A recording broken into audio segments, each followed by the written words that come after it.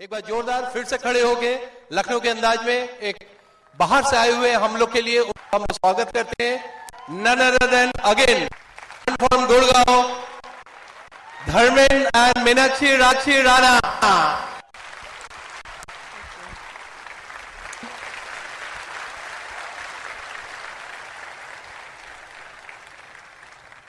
हाँ जी लखनऊ, बहुत ताकत है दोस्त इस विजुअलाइजेशन में, बहुत ताकत है ड्रीम्स के अंदर। मालूम ही नहीं था पहले कि ड्रीम में इतनी ताकत होती है, मालूम ही नहीं था विजुअलाइजेशन इतनी ताकतवर है।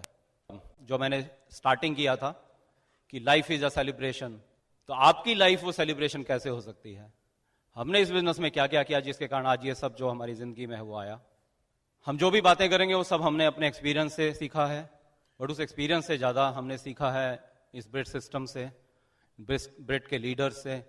एक एक मीटिंग, एक एक फंक्शन हम जब अटेंड करते थे तो हमें यह लगता था कि यह फंक्शन, जब तक फंक्शन स्टार्ट नहीं होता था तब तक उसको मैं दबा के प्रमोट करता था। आज भी ऐसा ही करता हूं, लेकिन जैसे ही फंक्शन स्टार्ट होता था उसके बाद वो फंक्शन खाली मेरे लिए होता था, और हर फंक्शन से मैं कुछ लेके गया, हम दोनों कुछ लेके गए और उसको जाके इंप्लीमेंट किया।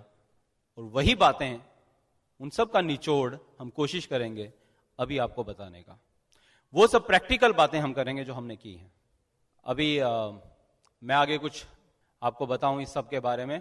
उसको बताने के लिए पहले जैसे मैंने कहा था कि आज इस बिजनेस में मैं जहां पे भी हूं उसमें बहुत बड़ा रोल मीनाक्षी का है, बल्कि लगभग सारा रोल उसी का है, और बहुत बड़ी भूमिका है। आज वो हमारी पूरी टीम में लेडीज की बहुत चहेती लीडर है, बहुत रिस्पेक्ट है उसकी आज पूरी की पूरी टीम में। उसकी एक एक बात को बहुत सीरियस लिया जाता है, सब कुछ उसने प्रैक्टिकल किया है, और गारंटी देता हूं कि उनकी टीचिंग जो अभी वो बताने वाली हैं, उन टीचिंग्स को मानने के बाद आपका बिजनेस भी कमाल की ऊंचाइयों तक जाने वाला है। तो एक बार फिर से मैं यहां पे जरूर वेलकम करूंगा my Miss Universe, my love, Meenakshi Rana. Thank you.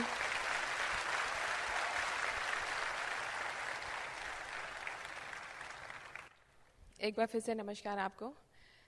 अभी कुछ ही दिन पहले मेरे पास व्हाट्सएप पर एक मैसेज आया कि it's tough to be a woman because you have to think like a man and you have to act like look like a young girl and work like a horse.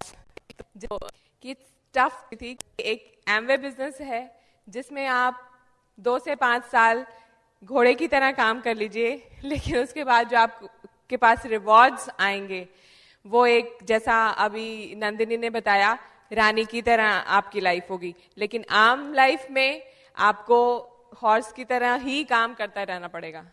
और इस business में बहुत ही significant role है ladies का। सी friends, अभी तक हमने आपसे ड्रीम्स की बात की है ना, हमने ये सब बताया कि हमारी लाइफ में आज क्या क्या हम एंजॉय कर रहे हैं इस बिजनेस की वजह से। लेकिन कभी कभी मैं सोचती हूँ कि हमेशा से ही मेरे दिमाग में एक चीज़ थी कि ये बिजनेस, जब हम अपने ट्रिपल डायमंड डॉक्टर ब्रैच को देखते हैं तो हमें लगता है कि इस एज में ये बिजनेस बहुत ज़्यादा ज़रूरी है, क्योंकि उस एज में इतनी लोनलीनेस होती है आम लाइफ में, लेकिन वो उनको लोग सर आंखों पर रखते हैं। लाइफ जो है एक कॉडेक्स स्टिल पिक्चर नहीं है, वो बदल रही है हर रोज।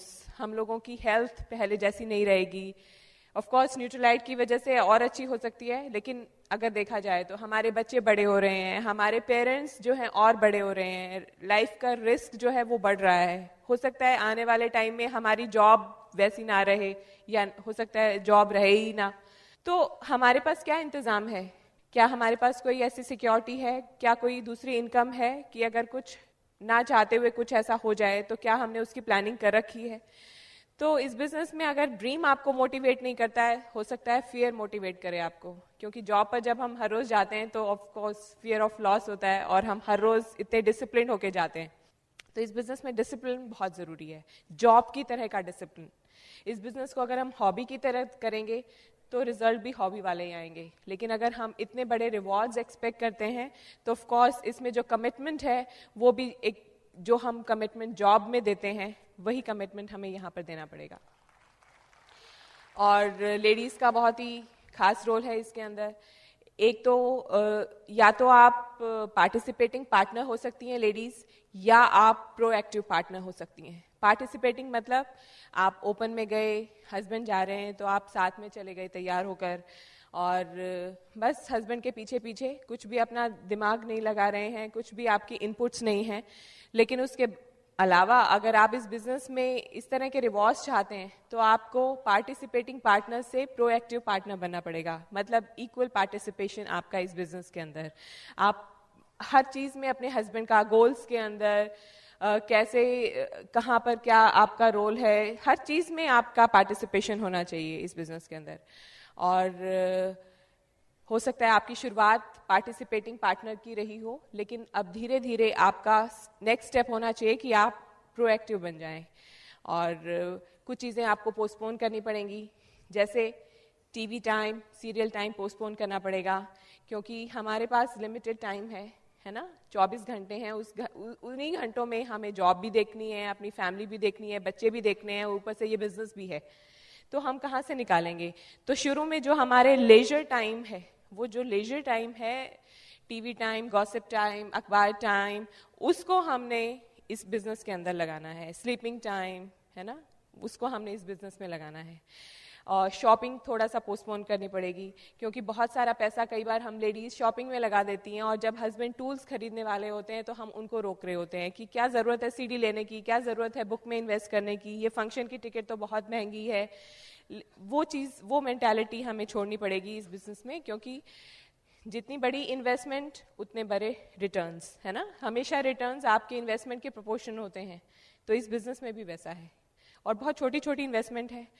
अपने मम्मी के घर जाना थोड़ा पोस्टपोन करना पड़ेगा, गर्मी की छुट्टियां होती हैं, अभी दशहरा हॉलीडेज आ रही हैं, तो हमारा एजेंडा होता है कि वहाँ जाना है, तो थोड़ा सा उसको पोस्टपोन करिए। हमने भी ऐसे किया, और डायमंड बनने के बाद 15-15 दिन वहाँ पर रहकर आ सकते हैं, बढ़िया बात है। और इस बिजनेस में थोड़ा सा होता है, जब गर्मी की छुट्टियां होती हैं या वैसे भी हम लोग बाहर घूमना प्लान करते हैं कि हम बाहर छुट्टियों में जा रहे हैं। आजकल तो लोग विदेश भी घूमने जाते हैं, तो जब बच्चे मिलते हैं स्कूल में तो वो डिस्कस कर रहे होते हैं कि तुम कहाँ गए, हांगकांग गए, बैंकॉक गए। और तो हमें भी होता है ना प्रेशर, पीयर प्रेशर, कि हमारे तो बच्चे कहीं नहीं गए तो हम भी जाएंगे। लेकिन आपको ये थोड़ा पोस्टपोन करना पड़ेगा। मैं और मेरे हस्बैंड को हर 3 महीने में बाहर घूमने जाने का शौक था, लेकिन जब इस बिजनेस में आए तो हमने ये डिसाइड किया कि अब जाएंगे तो एमवे के फ्री ALS ट्रिप पर ही, और हमने वो पोस्टपोन किया। और आज आप देखिए, जब शादी हुई थी, शादी से पहले ही पासपोर्ट बनवा लिया था, क्योंकि था कि शायद मतलब हस्बैंड ऐसा मिले कि तुरंत ही मुझे फ्लाई करना पड़े। होता है ना, US चले गए, ऑस्ट्रेलिया चले गए, लेकिन वो एक्सपायर हो गया, कहीं नहीं गए। लेकिन एमवे में आने के बाद दोबारा पासपोर्ट बना, और अब वो भरने वाला है, दूसरा नया पासपोर्ट अब अटैच होगा उसके साथ। तो आप लोगों के साथ भी ये हो सकता है। और इस बिजनेस में मैं जो है वो एक लेडी स्पेस हम करते हैं,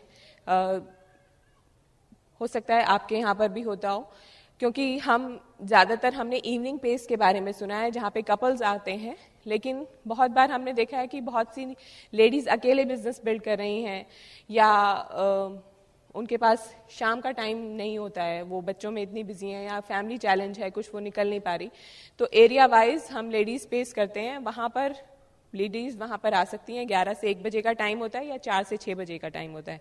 तो वहाँ पर बेसिकली क्या करते हैं हम लोग, प्रोडक्ट्स की डेमोन्स्ट्रेशंस रखते हैं, डुप्लीकेशन क्लास लगाते हैं, उनकी ड्रीम बिल्डिंग करते हैं, उनको ऑब्जेक्शन हैंडलिंग सिखाते हैं। मतलब जो काम हम जेंट्स को सिखाते हैं वही हम लेडीज को सिखाते हैं, और उनके साथ बहुत अच्छा रिलेशन बिल्ड हो जाता है, तो और बहुत अच्छा मोमेंटम क्रिएट होता है, बहुत अच्छे PV मूव होते हैं। और इसके अंदर, इस बिजनेस के अंदर, और हस्बैंड को शुरू में जब हमने बिजनेस ज्वाइन किया था तो मैं अपने हस्बैंड को बहुत ज़्यादा टोकती थी, तुमने ये ठीक से फॉलोअप नहीं किया, तुमने CD ठीक से नहीं दी, तुमने इतना लंबा दिखाना शुरू कर दिया है प्लान, तुमने ये जोक भूल गए तुम। और ऐसा करते करते क्या हुआ कि मेरे हस्बैंड का कॉन्फिडेंस काफ़ी लूज हो गया, और वो प्लान दिखाते हुए ना उनको ये लगता था कि अब ये कुछ टोकेगी, अब ये मैं ठीक बता रहा हूँ कि नहीं बता रहा हूँ। तो मेरी रिक्वेस्ट है लेडीज से कि आप अपने हस्बैंड की बेस्ट चीयर लीडर बनिए, उनको टोकिए मत, क्योंकि कोई भी प्लान, आपके हस्बैंड कैसा भी प्लान दिखा रहे हैं, उनकी सेल्फ इमेज ज्यादा जरूरी है बजाय कि उनका प्लान किस तरह का है। तो आप उनकी बेस्ट चीयर लीडर बनिए, उनको हमेशा एडिफाई करिए कि आप बेस्ट हैं, क्योंकि आपके हस्बैंड की अगर सेल्फ इमेज रहेगी तो आपकी इस बिजनेस में जर्नी बहुत ईजी हो जाएगी। और बच्चों को कई बार हम लोग एक्सक्यूज बनाते हैं कि हमारे बच्चे छोटे हैं, हम इसलिए ओपन में नहीं आ सकते, हम सेमिनार में नहीं आ सकते। अब मजे की बात देखिए, मेरा बेटा 2.5 महीने का था, उसको छोड़कर मैं टोरंटो गई, और अब 4 महीने का है, उसको छोड़कर यहाँ पर आई हूँ। 3 महीने का था तो अलास्का ट्रिप पर थी। तो मेरा भी आपसे यही सवाल है कि आप अभी कह रहे हैं कि मेरे बच्चे छोटे हैं तो मैं मीटिंग में नहीं आ सकती, पर जब आपको इंटरनेशनल ट्रिप मिलेगा तो तब आपका एक्सक्यूज क्या होगा? मेरे ख्याल से कोई भी लेडी अपने बच्चों की वजह से वो ट्रिप कैंसिल नहीं करेगी। तो इसलिए तो ये रिवॉर्ड भी बाहर घूमने जाने का उन्हीं लेडीज को मिलने वाला है जो ये एक्सक्यूज नहीं देंगी। और बच्चे जो हैं इस बिजनेस को बनाने का कारण हो सकते हैं। इस बिजनेस में आप ये सोचिए, आज हमने अपने बेटे के लिए उसकी फ्रीडम, उसकी फाइनेंशियल फ्रीडम क्रिएट कर दी है। उसको पैसे के लिए कभी भी जॉब पर जाने की जरूरत नहीं पड़ेगी। आज हमारा हर मूवमेंट जो है हमारे बच्चों के लिए होते हैं। हम इतनी पॉलिसी लेते हैं अपना, हमारे पेरेंट्स कहते थे कि हमने पेट काट काट के तुम्हें बड़ा किया है। तो मेरे अंदर एक फीलिंग थी कि मैं कभी अपना पेट ना काटूं मतलब अगर मुझे कुछ सूट लेना है या कुछ भी मुझे खरीदना है, मुझे अपने ड्रीम पूरे करने हैं, तो बच्चे होने के बाद इसका मतलब मेरे को अपने ड्रीम किल करने पड़ेंगे। तो ये चीज सोचकर ही मुझे डर लगता था। तो थैंक्स गॉड हमारा बेटा तो खैर आया भी डायमंड शिप के बाद है। God has a plan. तो आप इस बिजनेस को बिल्ड करिए, आपको कभी अपने ड्रीम किल करने की जरूरत नहीं पड़ेगी।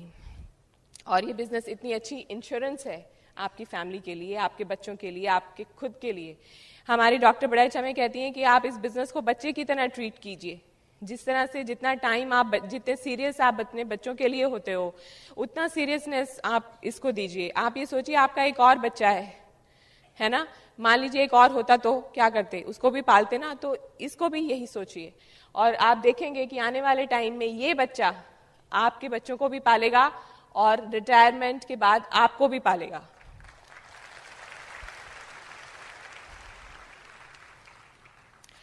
लेडीज, आप बहुत बड़े रिलेशन बिल्डर हैं, है ना। जब भी आप किसी नई लेडी से मिलते हैं, जब हमारे घर में जब हम लोग ज्वाइन हुए थे तो हमारे घर में हमारा अपलाइन कपल पंचकुला से आया था। वो हस्बैंड वाइफ को देखकर ही मैं इस बिजनेस में दिल से, वैसे तो हस्बैंड ने साइन अप कर लिया था, लेकिन जब मैं उनसे मिली तो मुझे लगा कि यार इतने अच्छे लोग इस बिजनेस को कर रहे हैं तो हमें करना चाहिए। क्योंकि हमारी अपनी कोई सर्कल नहीं था, घर से ऑफिस, ऑफिस से घर, टाइम ही नहीं बचता था। तो हमें लगा था कि एक सर्कल हमें मिलेगा और अच्छे लोगों से मुलाकात होगी।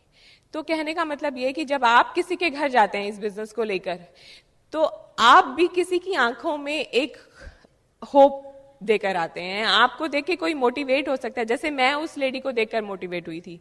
और जब वो जाने लगे थे, उनके हस्बैंड ने अपनी वाइफ के लिए दरवाजा खोला था और कहा था कि इस बिजनेस के अंदर हमने ये सीखा है कि अगर आप अपनी वाइफ को क्वीन की तरह ट्रीट करेंगे तो वो भी आपको किंग की तरह ट्रीट करेगी। और वो लाइन मुझे आज तक याद है। और मुझे लगा था कितना अच्छा बिजनेस है, इसमें तो मेरे हस्बैंड भी हमेशा मुझे क्वीन की तरह ट्रीट करेंगे, है ना। मतलब आप देखिए कि हम कैसे रिलेट करते हैं। तो फिर उसके बाद मैंने सोचा कि जब मैं किसी के घर जाऊंगी तो हो सकता है हम दोनों को देख के, हमारी केमिस्ट्री को देखकर भी लोग इस बिजनेस में आना चाहेंगे। तो आप भी देखिए कि आप दोनों का हस्बैंड वाइफ रिलेशन किस तरह का है। आपको देखकर मतलब आप वो कोनी मार हस्बैंड वाइफ हैं या लवी डवी हस्बैंड वाइफ हैं।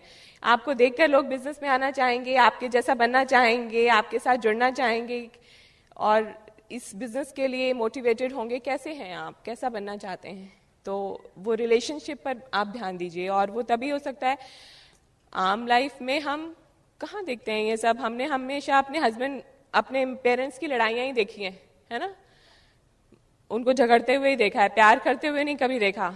कैसे अपने रिलेशंस को इम्प्रूव करना है इस बिजनेस में सिखाया जाता है। 5 लव लैंग्वेजेस आप पढ़िए। ये बुक आप जब पढ़ना शुरू करेंगे, किस किस ने पढ़ी है ये बुक?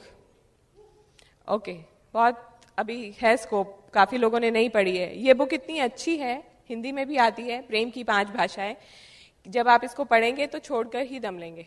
इससे आपको पता चलेगा कि हम सब अलग हैं और अलग भाषा में बात करते हैं और हम सब की अलग एक्सपेक्टेशंस हैं। और इस बिजनेस में आके इस तरह की चीजें पढ़ने को मिली।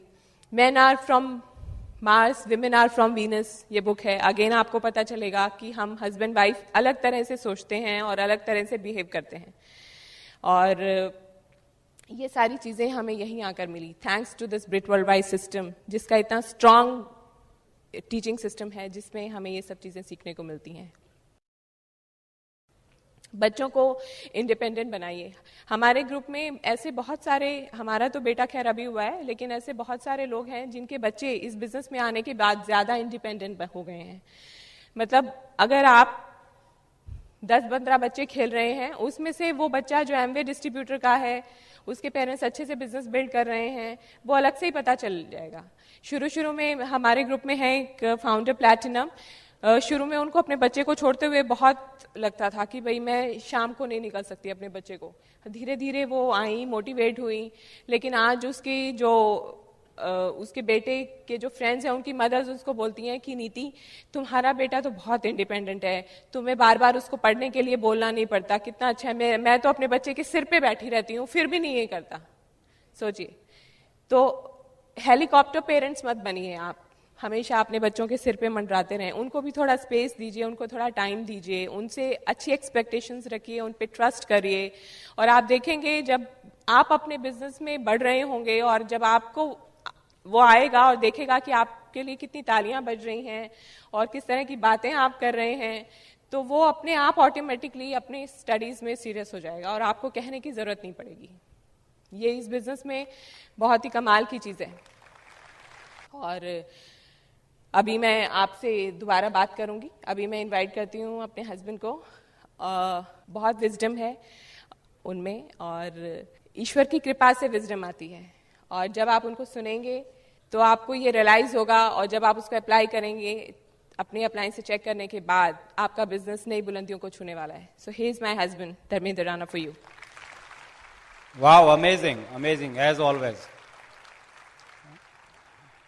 तो लेडीज रोल काफी क्लियर हुआ आप लोगों को, जेंट्स की ज्यादा आवाज आई।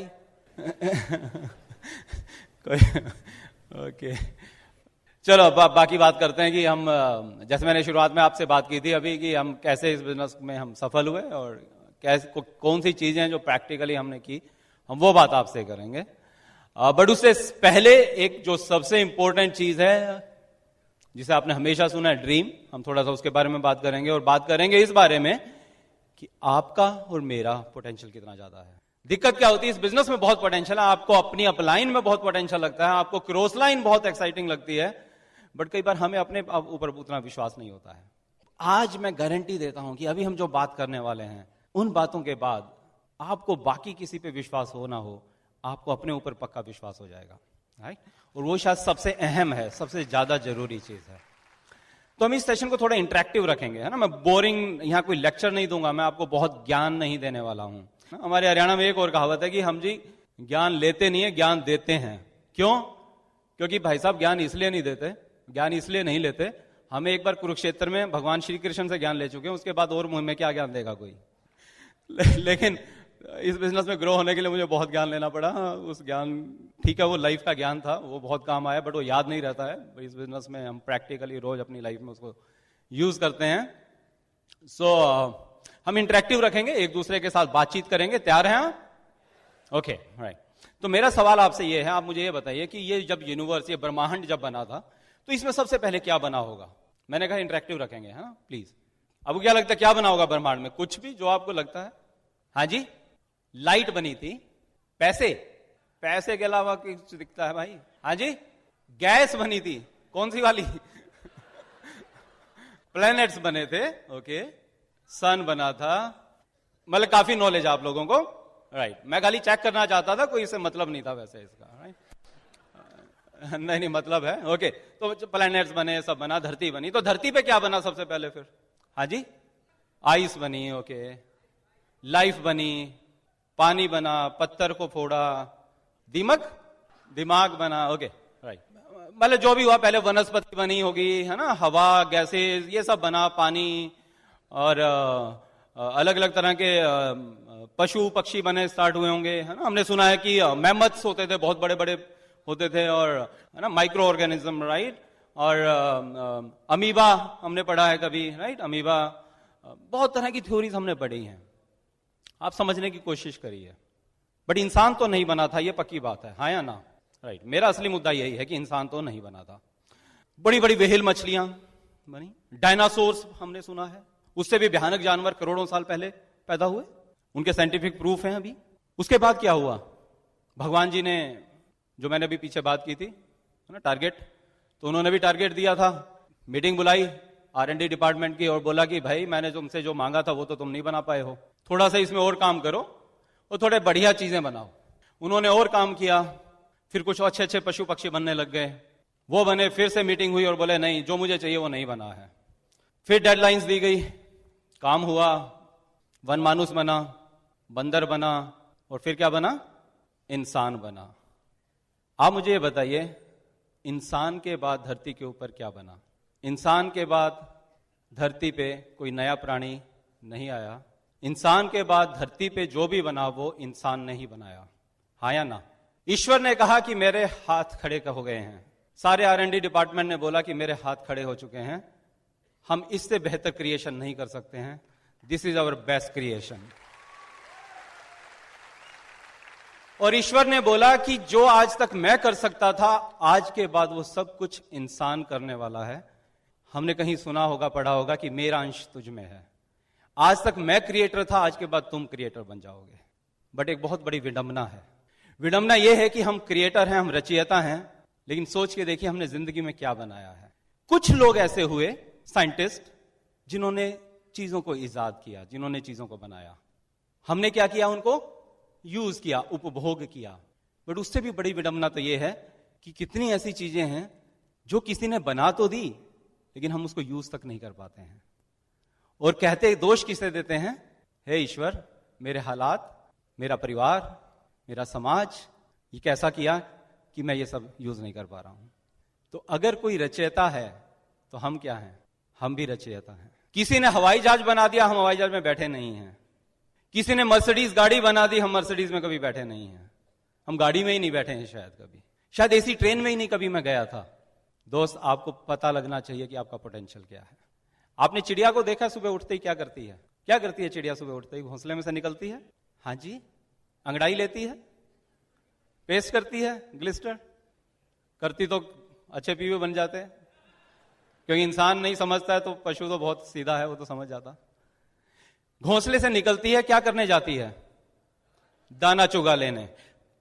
आप और मैं क्या करते हैं सुबह उठते ही? अंगड़ाई लेते हैं, पेस्ट करते हैं, कहां निकल जाते हैं? दाना चुगा लेने के लिए निकल जाते हैं। चिड़िया बेस्ट क्रिएशन नहीं थी, लेकिन ये बेस्ट क्रिएशन है, सर्वश्रेष्ठ कृति। चिड़िया शाम को क्या करती है?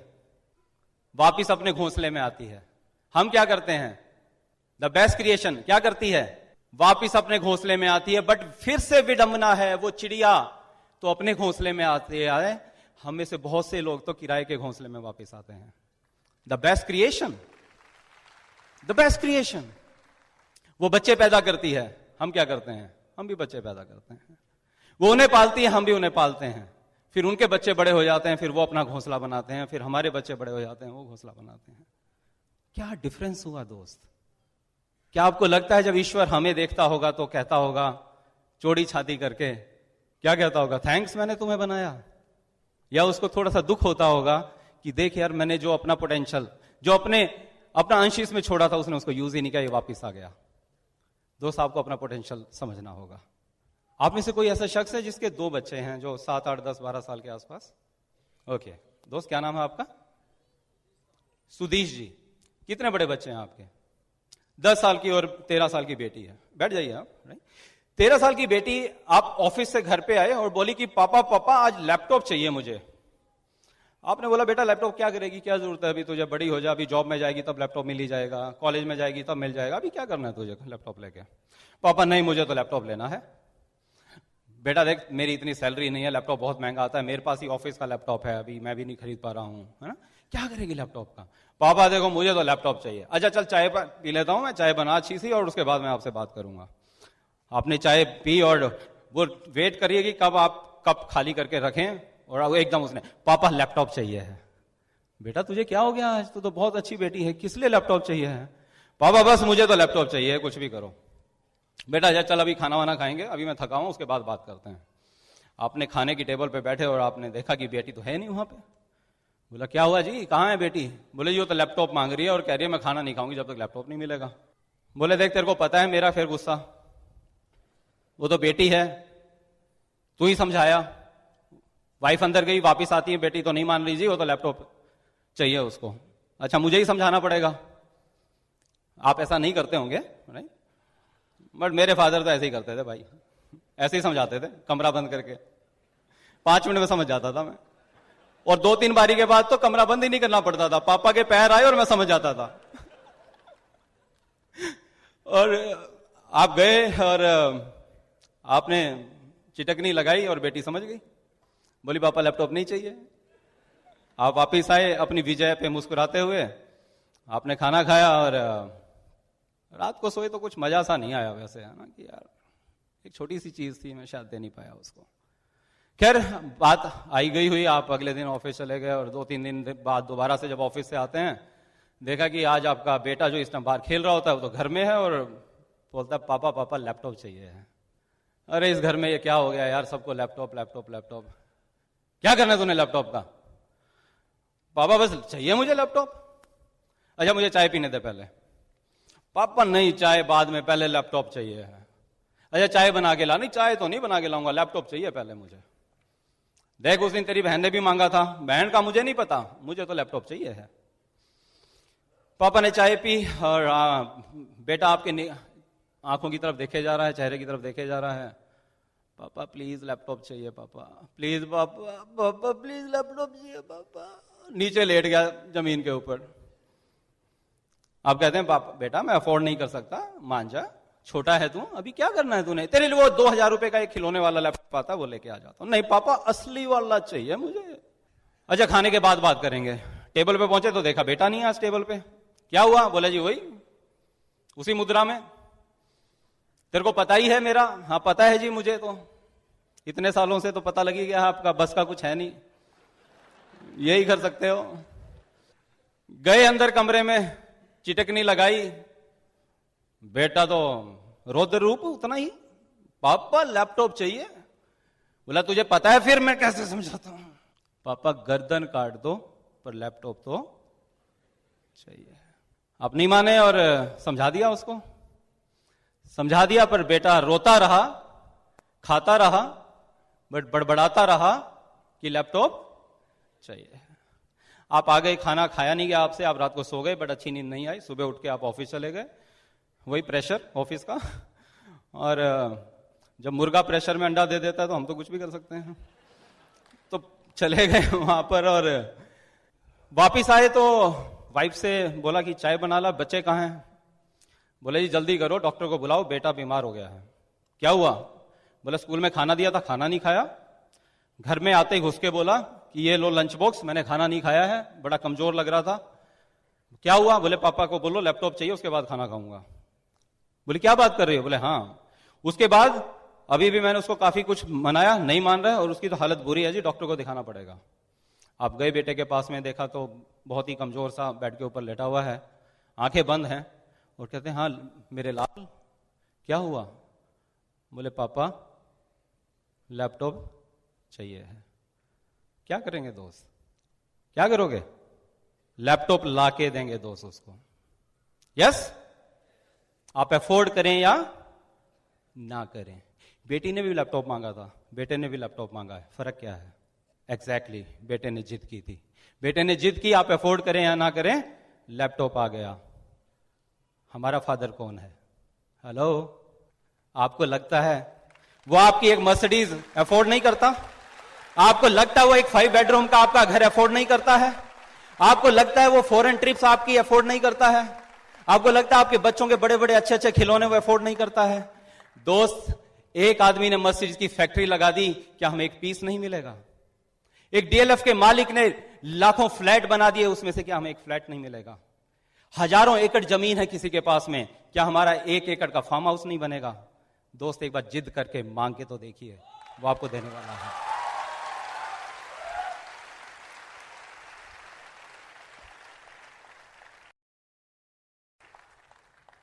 चार ना सुनते हैं, अपना पोटेंशियल तो भूल जाते हैं, बट जिसके आगे रोज जाके मत्था टेकते हो उसको भी भूल जाते हो, उसके पोटेंशियल पे शक करने लग जाते हो।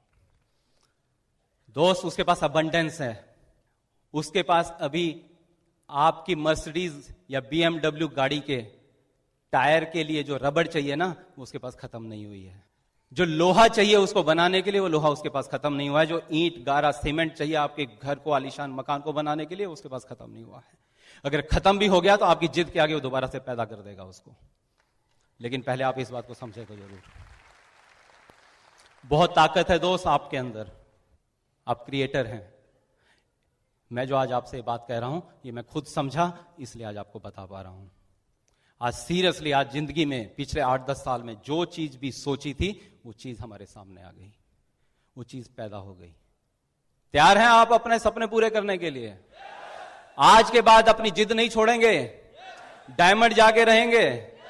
बहुत आसान है दोस्त, आप अपनी जिद मत छोड़िए। 6 प्लैटिनम ऐसे आ जाएंगे आपके सामने, आपको लगेगा कि जितनी आज तक मेहनत की थी वो सब मेहनत का रिजल्ट हमें मिल गया है, लेकिन आपको लगातार करना पड़ेगा। आप एक घर में आपके मजदूर काम करता है या एक रिक्शा वाला है, उसकी मजदूरी पे आपका उसके साथ थोड़ा सा झगड़ा हो गया और वो रूठ के आपके पास से चला जाता है कि रखिए अपने पैसे मालिक, मेरे को नहीं चाहिए हैं। शायद आपको अच्छा नहीं लगता है, कहीं पे गिल्ट फील होती है, हाँ या ना? आपको लगता है आपने उसकी मजदूरी मार ली शायद।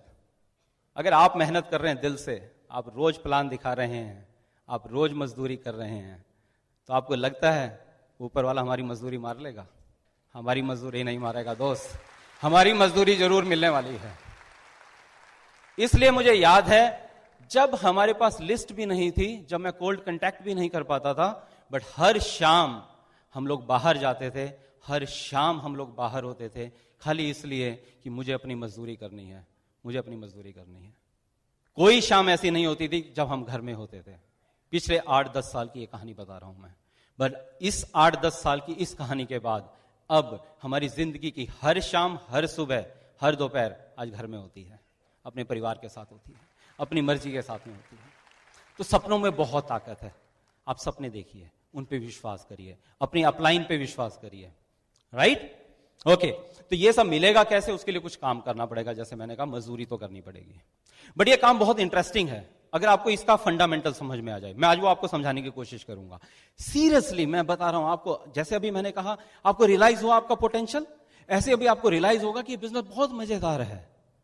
इसमें कुछ अड़चने हैं, वो अड़चने आज के बाद आपको मजेदार लगने लगेंगी, तो इसलिए फिर मजा आएगा आपको इस बिजनेस को करने का। हर शाम आपको लगेगा ठीक है मैं अब इस बिजनेस में दम लगाता हूं। तो कुछ चीजें हैं। सबसे पहले है एसोसिएशन। एसोसिएशन आज अच्छा लग रहा है सबको यहां पर आकर, राइट? तो ये एक एसोसिएशन है। ये एसोसिएशन क्यों जरूरी है, मैं वो आपसे जल्दी से लॉजिकली बात करता हूं।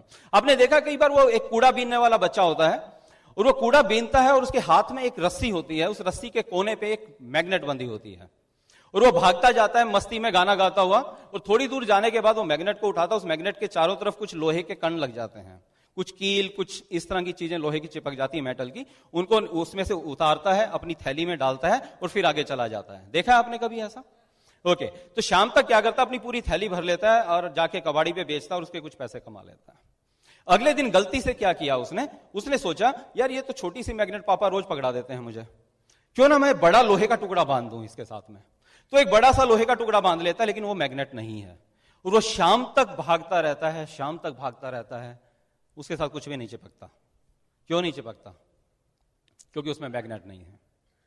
जब तक मैग्नेट नहीं है वो अट्रैक्ट नहीं कर सकता। धर्मेंद्र राणा 5 साल भागता रहा, लोहे का टुकड़ा था, कुछ नहीं चिपका। मुझे लगा क्या बात है, शायद इस बिजनेस में दम नहीं है, शायद इन प्रोडक्ट्स में दम नहीं है, लोग नहीं मानते हैं। लेकिन जब यह समझ में आया कि लोहे के कारण नहीं चिपकते, उस लोहे के अंदर एक पावर है जो चीजों को चिपकाती है, वो पावर अपने अंदर लेके आनी पड़ेगी। मुझे मैग्नेट बनना पड़ेगा। मैग्नेट कैसे बनती है? बचपन में याद है हम लोग ज्योमेट्री बॉक्स लेके जाते थे, और ज्योमेट्री बॉक्स के अंदर एक मैग्नेट छोटा सा रख लेते थे। कई बार किया आप लोगों ने कुछ ऐसा? और वो मैग्नेट हम फिर क्या करते थे, हमारी प्रकार जो एक कंपास के साथ में ऐसे रगड़ते थे। किस किस ने किया ये? और उसके अंदर क्या आता था, थोड़ी सी मैग्नेटिक पावर आ जाती थी, और फिर उसके साथ हम ब्लेड को चिपकाते थे। ऐसे करते थे, ब्लेड चिपकता था। लेकिन थोड़ी देर के बाद क्या होता, तो मैग्नेटिक पावर खत्म हो जाती थी, तो ब्लेड चिपकता नहीं था। अच्छा, फिर हम कोशिश करते थे, कई बार दोबारा से मैग्नेट रगड़ते थे, थोड़ी ज्यादा देर तक उसमें ज्यादा मैग्नेट आती थी, तो दूर से ब्लेड को खींच लेता था। फिर कई बार क्या करते थे, हम ज्योमेट्री बॉक्स को भी उससे खींचने की कोशिश करते थे, बट ज्योमेट्री बॉक्स उसमें नहीं खींचता था, क्योंकि ज्योमेट्री बॉक्स ज्यादा हैवी था, उसमें मैग्नेटिक पावर उतनी नहीं थी।